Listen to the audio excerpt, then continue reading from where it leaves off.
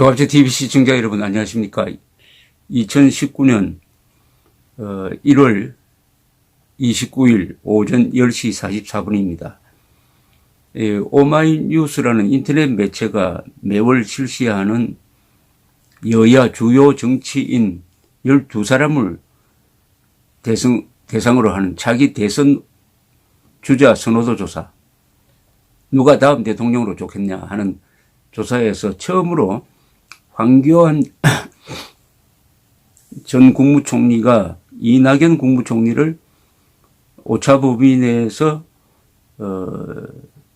젖히고 1등을 하는 결과가 나왔습니다. 물론 황 전 총리가 1위를 기록한 것은 처음이고 최근 조사에서 야당 후보가 1위를 기록한 것은 처음입니다. 아마도 227 자유한국당 전당대회를 한 달여 앞두고 황 전 총리가 입당해서 출마한다, 이게 뉴스를 만들어내고, 그러니까 보수층이 희망을 잃었다가 다시 황교안 전 총리의 기대를 거는 보수층 결집 현상이 나타나고 있다, 이렇게 분석을 했습니다. 오마이뉴스는 여론조사기관 리얼미터와 함께 이 조사를 하는데, 지난 1월 21일부터 25일까지 전국 성인 남녀 2,515명을 대상으로 했고, 오차범위는 플러스 마이너스 2%입니다. 황 전 총리는 지난달 조사보다 3.6%포인트 올라서 17.1%를 기록했습니다. 이낙연 총리도 전달보다 1.4%포인트 올라서 15.3, 그러니까 17대 15입니다. 17대 15. 비슷하지만은 황교안 전 총리가 1위가 됐다는 것은 앞으로 한국 정치판에 상당한 의미를 던진다고 생각을 합니다. 전체 이 대선 주자 랭킹에는 역시 좌파 진영이 많이 올라 있습니다. 3등은 이재명 경기도지사입니다. 7.8%. 선호도 조사입니다. 박원순 서울시장이 4위인데 7.2%. 김경수 경남도지사 지금 재판을 받고 있는데 6.7%로 5위입니다. 세 사람이 모두 지난달보다는 조금씩 수치가 떨어졌습니다. 그 뒤로 정의당 의원, 정의당의 심상정 의원, 유승민 바른미래당 의원, 홍준표 전 한국당 대표 5.9%, 오세훈 전 서울시장 5.3%, 김부겸 행정안전부 장관 4.3%, 안철수 바른미래당 인재영입위원장 3.3%, 손학규 바른미래당 대표 2.3% 이렇게 되어 있습니다. 자, 이 황 전 총리가 1등으로 올라간 거는 대구 경북에서 14.9%포인트나 상승해가지고 31.5% 지지를 기록한 것이 큰 이유입니다. 다른 지역에서도 많이 올랐습니다.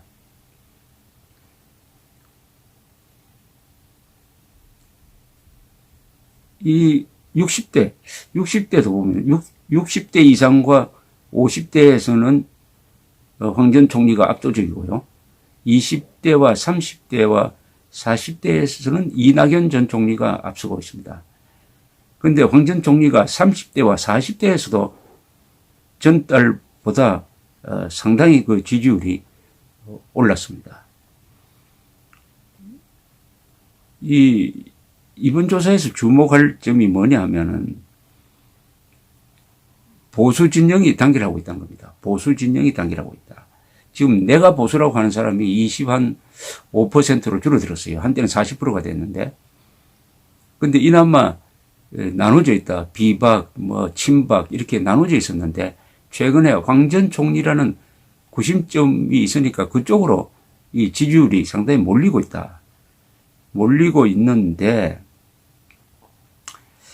그 배경에는 박근혜 전 대통령에 대한 동정론과 맥이 다 있다, 이런 분석을 이 오마이뉴스에서 했는데 이 상당히 흥미로운 분석입니다.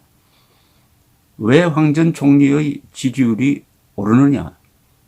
오르느냐 하면은 탄핵이 잘못되었다. 두고 생각할수록 박근혜 전 대통령은 억울하다. 최근에 최명성 변호사가 쓴 그 탄핵 인사이드 아웃이라는 책에서 보면은 박근혜 전 대통령은 1원의 뇌물도 받지 않았는데 33년형이 뭐냐? 1원의 뇌물도 받지 않았는데 33년 징역형이 이게 뭐냐? 하는 이야기가 나왔는데 그게 참 사람의 가슴을 치는 이야기로 들렸습니다. 사람을 어떻게 이렇게 더럽게 만듭니까? 라고 검사 앞에서 이야기하고 흐느꼈다는 이 박근혜 전 대통령의 이야기가 이제 국민들의 마음에 확산이 되면서 이게 황교안 전 총리 지지로 전환되고 있다. 특히 대구 경북 지역에서 박정희, 박근혜를 좋아하는 그런 현상이 일어나면서 상대적으로 이 오세훈, 홍준표 이런 사람들과의 차이가 상당히 크군요. 상당히 큽니다. 물론 당내 경선은 또 다른 원리에서 이루어지지만 결국 자유한국당의 당내 경선도 이 외부에서 일반 여론조사를 따라가게 되어 있습니다.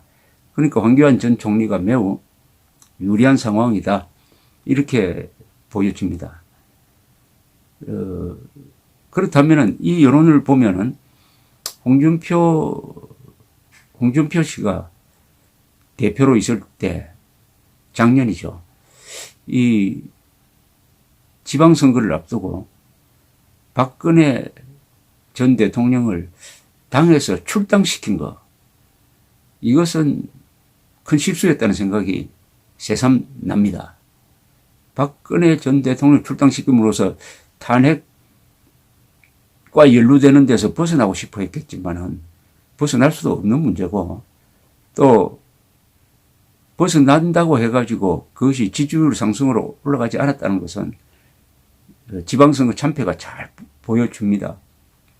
오히려 박근혜 뒤에는 박정희, 유경수 두 사람에 대한 이 흠모의 마음이라고 그럴까요? 그리워하는 마음이 그게 깔려 있습니다. 그러니까 박정희 유경수는 한 패키지로 민심이 돌아가는데 박근혜 씨를 출당시킴으로써 박정희 지지자들이 자유한국당에서 멀어져 버렸다 하는 것이 아주 큰 실수였습니다.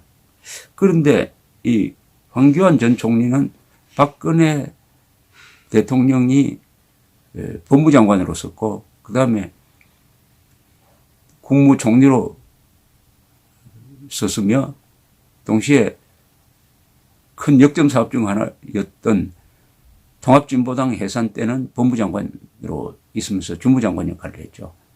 그러니까 황교안과 박근혜 이미지는 또 같이 상당히 연결되어 있습니다. 따라서 황교안 전 총리는 탄핵이 잘못되었다 하는 이야기를 하고 싶어도 지금 여러 가지 상황으로 조심해서 하지는 않는데 탄핵이 잘 되었다든지 박근혜 전 대통령 책임이 있다 이런 이야기는 절대로 할 수가 없습니다. 또 그런 이야기를 해서도 안 되고 어쨌든 이런 상황에서 일단 정치권의 뉴스가 지금 여당으로 가지 않습니다. 지금 요사이 흥미로운 것은 이해찬 대표가 등장하면서 이해찬 대표의 잦은 실언 그리고 아주 사람을 자극하는 그런 말이 잇따라 나오면서 이 더불어민주당이 뉴스를 만들어내는 데서 상당히 불리한 입장에 처해 있습니다. 그리고 이어지는 이 여러 각종 스캔들로 해서 이 자유한국당에 유리한 이 여론이 조성되고 있는데 그런 가운데서 자유한국당 지지율이 리얼미터 조사에 의하면 한 26%까지 그러니까 탄핵 전으로 복구가 되었습니다. 여기에 2월 27일 전당대회가 열린다. 황교안 전 총리가 출마를 했다. 이렇게 저렇게 이 뉴스를 만들어내는 곳이 이젠 자유한국당 쪽으로 기울고 있습니다. 이것은 중대한 변화입니다.